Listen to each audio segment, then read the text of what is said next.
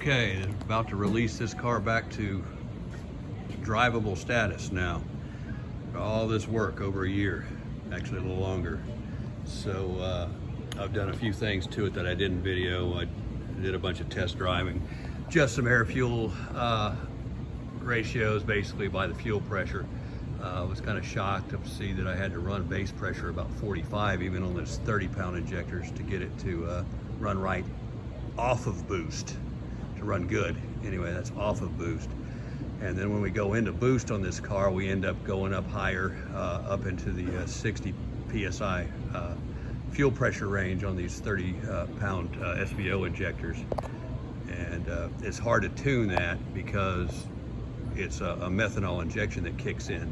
So there's a little transition between off boost and on boost where it will change, but so far it's running really good. It's damn near fast, it's real strong.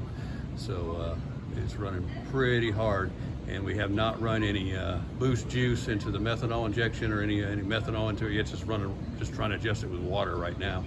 And then it's not on race gas yet, and I have the timing down to initial 0, so I can bring that up. And anyway, that's the bottom of this. And so we'll start adding in better fuel, methanol injection into the system, which is already tuned into, and see what kind of power it gets. So right now it's just kind of a break in, a little bit of stuff going on there.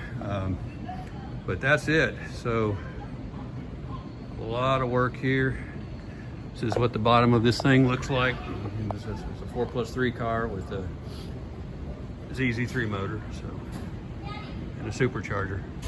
So we're going to do that soon. I'm going to drop a video down of it running here, but that's kind of where we're at.